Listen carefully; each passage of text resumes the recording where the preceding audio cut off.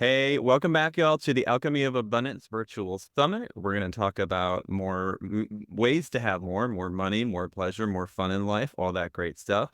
And I'm your host, Chris Jolly. This time I've got Ksenia Droben from Droben Matchmaking joining us.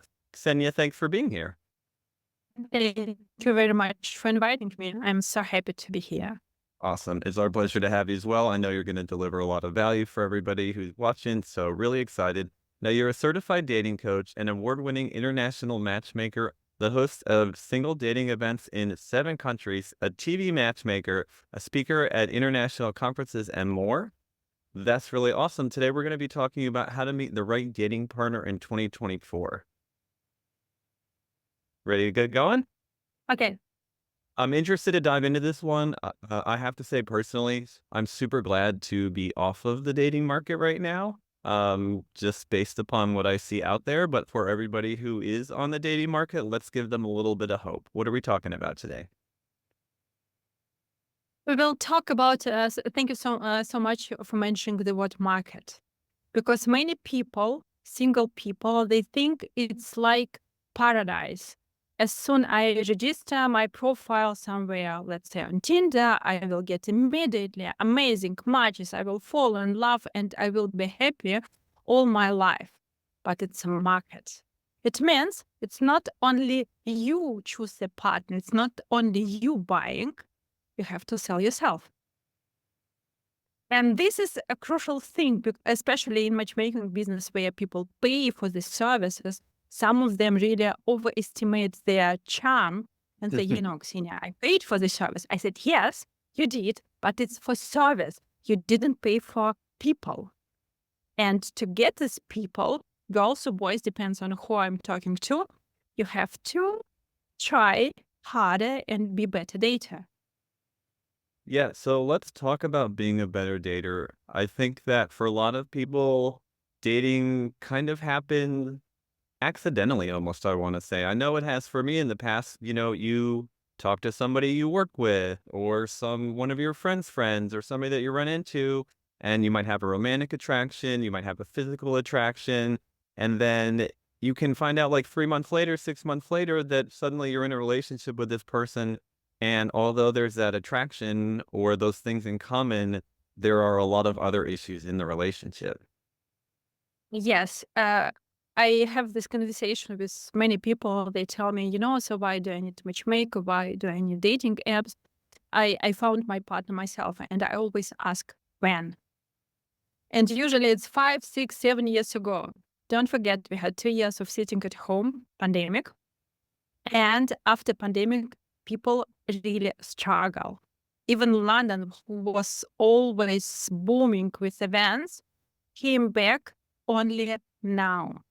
And 2 years sitting at home, if you were single, if you were not very successful in dating, you went online and then you got in this paradox of choice.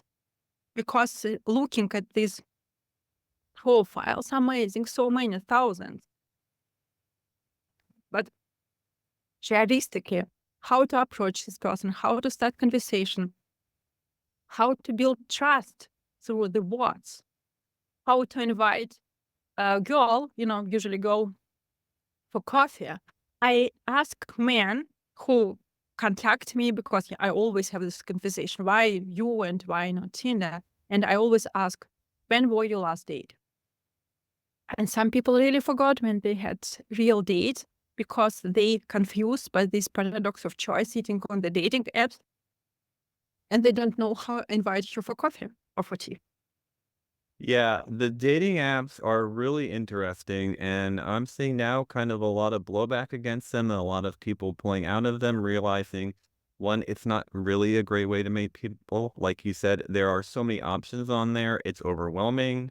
And I know from the men's side, it can be very hard because the women get a lot of attention on the dating apps, and the men, unless you're like the top tier, not necessarily. And it can even be like bad for your self-esteem in that way. At the same time, I have a success story because my partner Tilly and I met through Bumble. And I'm actually glad that we did, only because after all of the time I spent on all those apps, I'm glad to know I got something out of it for all the time I put in. But why don't you tell us a little bit more about why people are leaving the dating apps and what they're doing instead right now? The situation is Bumble is not as bad as Tinder because Bumble is 60% men and 40% women. It's okay. But Tinder is very bad, and everybody starts with Tinder right now. But there are 80% men, 20% women. So it means realistically, it's not possible to find somebody decent. Let's say decent, because like you said, I like what you said, because after all the time you spent on dating apps, you're so happy to find somebody normal. So you stop searching just because this person is okay, compared to all this crazy world swimming on the dating apps. So my recommendation is, so Tinder, Bumble, and other apps. It's amazing tools, but you have to know what do you have to do. So as a man, you have to think about your photos first. Don't, because women not blind, women look at the photos. And first of all is really this first attraction. And second, people forget the importance of this self-presentation. They train a lot this elevator speech in terms of business, but forget about it in terms of dating. I host a lot of online events, and online events, it's really presentation, like elevator speech by 60, 80, 90 people. You see them on Zoom. And sometimes I really struggle to keep my smile, because I think, what are you telling people? Stop doing this, because they go to these speed dating meetings. They tell the same or say the same stupid things. I wanted to say another word, stupid things, to the strangers. So it's really very important to think, what do I want to tell people about myself? What are my strengths? What I'm special for? What can I be? What can I be? I don't know, different from other people. Because most of presentation, I finished this university, nothing special about me. If you want to know me better, ask me. Nobody will. Nobody will, because we have less and less time. We stop hearing if you don't like the presentation, and you can see it on the faces on online, but the people really fall asleep if presentation is boring. And these other things, before you go to dating, doesn't matter, dating platform, matchmaker, dating events, it doesn't matter. It's really understanding who I am and who do I want to find. Yeah, and that's important, knowing who that you want to find, because otherwise, like we talked about a little bit before, you're liable to just start dating whoever is close by, and that doesn't always work out. So, how do you date more with purpose, and what can you suggest to people who aren't just trying to bump into whoever, but have a specific thing that they're really looking for? I I recommend to start with shopping list. It's really shopping list. This is the such strong tool. A shopping list means I know who I am. I have very honest conversation with myself. I know what can make me happy. For example, I need dog to be happy. I cannot live without dog. So it means I will not accept the best woman in the world. I cannot accept her just because she doesn't like dogs, because I know that dogs are important for me, for my well-being. You know what I mean? There can be little things. Sometimes there is their wish to have children. I know that I want to have a child. I met the best guy in the world and he's amazing, but he doesn't want to. I want it. It's very important for my happiness, because my life is more important than anybody else. And this is really very interesting to have this conversation. What do I need? What do I need to be happy? A couple of days ago, I had like round table. We have such meetings, men and women, to ask question. Like men ask women about some stuff, and women ask men. It's really like group conversation. And women, most women answered to the question was, what do you pay attention first when you meet the person. And I expected, teeth, fingers, I don't know, legs, teeth, whatever. Women said, I look at him, and for me, it's very important how he looks at me. It depends on this, I build up my conversation. It's victim position. It's really victim position because I look at him, and if he forgot, I don't know, to smile or show his really very special friendly face, or maybe he has in life this resting bitch face we don't know. And if he forgot to react, because of many reasons, she thinks immediately that, okay, I have to stop being flirty, I have to stop being nice because he didn't react, I'm not doing anything. And it's so wrong. So, so this is the thing. If you know what do you need for your happiness, for your well-being, you will not react so much on reaction of other people. Because, okay, yeah, it was bad date, but how many bad dates I had already? One more, one less. It's not the end of the life. You know what I mean? It gives you strength. I know I have my list, not negotiable. And I want to meet the person who fit to this list.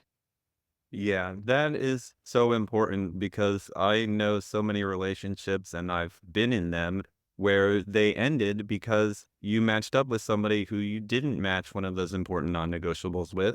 And like you said, if you really want to have kids and the person you're with doesn't, it's just going to end in heartache, right? I mean, because you're not going to change your mind, they're not going to change theirs, or you're going to spend your whole time trying to change that person and drive them away from you. So how do you make the decision, or what do you recommend to people to find the wiggle room? Like, right, you have the non-negotiables, and then there are some things that are just like, I'd really like this, but if it's not that, that's okay. Like, we'd all love the most attractive partner out there, more or less, but if they're not a supermodel, that doesn't mean we're not going to date them, kind of thing. No, this is really interesting thing about this list. Of course, 100% match we will never meet. So it's 60-70% is okay. But why this list is so important? Because if you go to the date and you are charmed by this person, but you go home, you open your book and see, okay, 10%. It might be a good romance for a holiday or for a couple of days, for a couple of weeks, but it's only 10% from my happiness. Because if you don't have this list and you go to the dates and you check and you test, and then you are involved with your feelings in this relationship, it will be more complicated to say, no, it doesn't work because I have my wishes, I have my life. So it means this list just keep you can have this short affair for a couple of weeks. It's fine to have fun. We have only one life, unfortunately. It's fine. But if you think about long-term relationship, it should be some plan. And I like the quote that love is emotion and relationship is choice. Oh, I like that one too. That makes a lot of sense. Yeah, it Okay. is. Yeah. So Ksenia, what I'd like to do is I want to bring it back around to abundance. And I think there's the misconception that there are no more good people left to date. Like they say there's a million fish in the sea, and then you go on the dating apps and you're like, oh, it's all these same boring people. All the good people are already married, that sort of thing. What can you say to counteract that, or to help people realize that there is an abundance of partners out there for them and so many people who could possibly meet the needs and wants and desires they have? The problem is everybody, let's speak about Tinder. Everybody complains about Tinder, telling that the people there are crazy. But who's there if everybody's complaining? Yeah. So first of all, you have to start with yourself. And their misconception about dating apps, it's free, it's cheap, there is not responsibility. I can do whatever I want to. And then after it, ghosting, schmosting, and all other new psychological problems after 2 days writing, I was ghosted. You were not ghosted. You were boring, and girl stopped writing to you. Just simple, simple situation. People try to fit in some boxes, and some it's awful. This modern psychologists are awful. My recommendation is always, okay, about the list we know already. Don't be charmed by face, because face we got from our parents. It's not. We haven't done anything to get this face. Women, of course, yeah, a little bit, but men generally not. And if you got not very beautiful face, but amazing character, and he brings flowers and he takes care of you, what is more important, his nose or the flowers? Really like making decision conscience. And if, for example, he say, yeah, I would like you to be slimmer, this example. Okay, what is more important for you?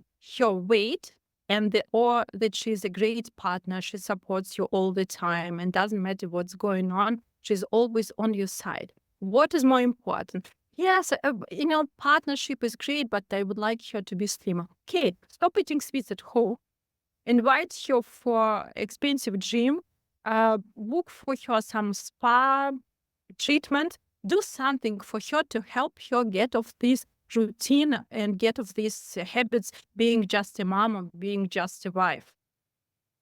I think it's not, I think the partnership, it's like active position. Okay, I understand what are the good points at my partner, and I don't really like this, but let's talk about it.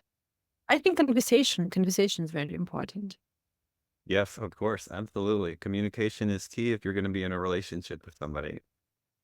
And I always say, if you have fear to mention some topics in your relationship, probably the relationship is a problem. Because usually, if it's normal relationship, working relationship, you have no, I don't know, forbidden topics.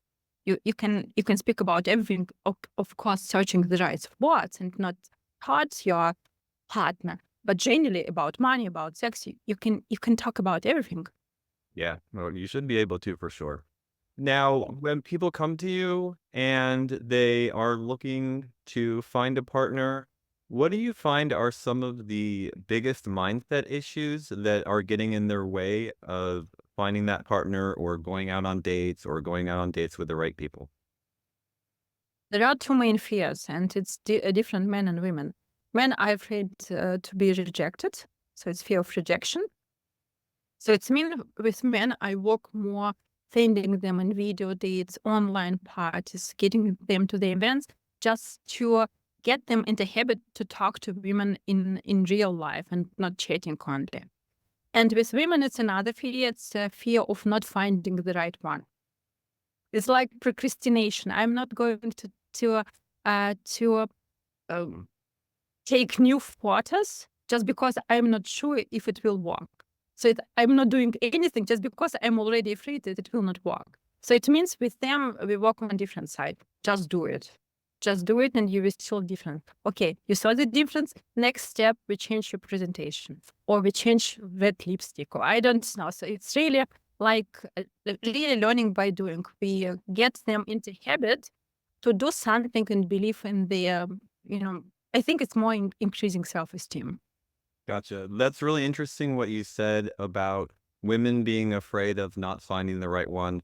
I think through a lot of the media and culture we've all consumed growing up and even as adults, there's this idea that a lot of people have that there's only one person out there for them in the world, which sounds like a big scarcity mindset issue to me. And then you're kind of forever running around being like, oh my God, there's only one person, and I have to find this one person out of all the billions of people. That sounds impossible and exhausting. Statistically, it's impossible. And I remember in the school, our literature teacher spoke about Bible. I don't know why it was Bible, the topic. And she said, so realistically, we have a lot of halves. It's not only one half. There are a lot of halves, and we can be different happy with different halves. Just search for the right one and don't rush. And I think it's really interesting position because some people really, really, really want to find the right one. and they want it so much that they are not able to find just because the wish is so strong. So it's always should be, okay, if I will not find this person today, I am happy right now in my own life without this person.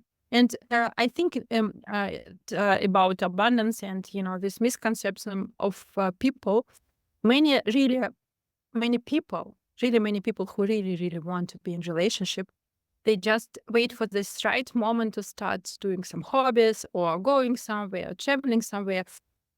Usually they say, I like sport or I like tennis. So let's take tennis as example. I like tennis.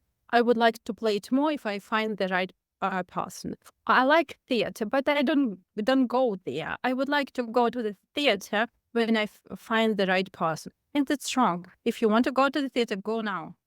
If you want to play tennis, play now. If you want to dance, play now. Play voice. You can always find people to try new things you like to do. And this waiting for the right person, maybe the right person will never arrive. Yeah, and it's kind of backwards because if you want to meet somebody who has similar interests, go do the thing. That's where you meet the people who are doing the thing that you're interested in. Yeah, absolutely, absolutely. Searching for if like dancing, that dancing is so huge in Germany right now, and people really obsessed with dancing. If you want to find a partner who share your interests, go to dancing club and you will find these people. So simple as it. Yeah. Now, as we're talking about there being an abundance of different people that you could be in a great relationship with, you work in with people from many different countries. And I think one of the things that a lot of people believe is that they need to find somebody who's local to them, and that's where to look. And it can definitely be easier, but there are also a wide variety of people outside of your local area that you could have a great relationship with. What do you find are some of the biggest challenges in overcoming like cultural differences and language differences and dating people from somewhere else?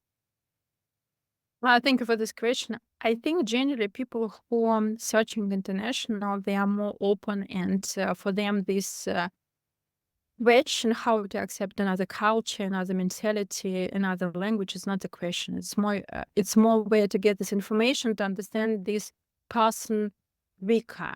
And again, fortunately, pandemic changed our attitude about dating because people really started looking around and not being concentrated on the people from own area, because the world is huge and people can travel, people can walk online. What's happening right now with many people, for example, you and me, we have our interview sitting on the different continents. Who could imagine it 5 years ago? Yeah. Even television, they don't go to the studio anymore. They record the interviews with moderators just on Distant. Who could imagine it 5 years ago? So it means we live really in very interesting time where we can plan our time, our life better than before. So I don't see any problems with international dating right now. I see more problem with like what's happening now with traveling and the prices, all of this, what restricts traveling right now, but not mentality. We have only in June we had 2 weddings and 1 engagement. Oh, amazing. Yeah. Very okay. Now, the next thing I want to ask you about is the younger people. There are a lot of studies and a lot of polls they've conducted, and they're finding that uh, current teenagers, people in their 20s and even up to 30, haven't been in relationships, haven't, in some cases, had sex yet, like are not dating, don't seem to be interested in dating. Can you touch on what's going on there, at least from your point of view? Absolutely. And it's a huge problem. My son is 19, and I see this problem because all these 2 years sitting at home and then just not having this experience how to speak to the girls. He had a couple of months, very funny situation. He works in the coffee shop as barista, And he tried to ask out some girls, ask them out, and they were on the nose. And finally, one client came to this coffee shop and asked him, because he's quite handsome, "What are you doing tonight?" And just because he has not this experience at all, he misses 2 important years of just asking girls out. His answer was, "Why are you asking?" When he came home, I said, "You know what? You are my failure, really, because you had to answer for such a beautiful girl. I will always find her." And no experience, no experience in dating at all. It's really, yeah, I bet they can text all day, but not really meeting. Yeah, I think it's definitely something that we need to find a way to turn that ship around, because if they're not interested in dating, then they're not going to form long-term relationships, and then they're not going to have children, and we already have a birth rate replacement issue going on in most of the Western world right now. Yeah, true. But they're really not interested because they have games. They playing online. They have own interests. They are not really interested in the other genders. Yeah, it's sad. I think It's really another sad. Yeah, and I think another thing that's going on, and maybe this more so affects older people than younger people, um, is there is a lot of division, whether purposeful, accidental, being spread between men and women. And so you have men who are afraid to ever approach women because they think they'll be labeled a creep, or somebody's going to call them out and say it's sexual harassment. Um, and women, in a lot of cases, are afraid of men because they've been given the idea that all men are predators or they're dangerous to them. Can you touch on that as well? Oh, it's one of my favorite topics. This Me Too movement. It's Me Too, because it's really wrong. Because originally, genetically, women more likely to choose strong men. Strong man means testosterone. Something like, I can take care of you. I can solve all the problems. I am the strong man. I can protect you from the world. Emancipation. I'm strong as well. I'm strong, independent woman. I don't need you. And what's happening? Women, to be strong woman is quite easy. It's simple. It's more complicated to become weaker, or pretending being weaker right now, and play this game. I'm weak woman. Can you help me, please? And I saw it so many times with my clients, and I train them. As example, we have events, and I always find the moment to say, "Boys, I need your help.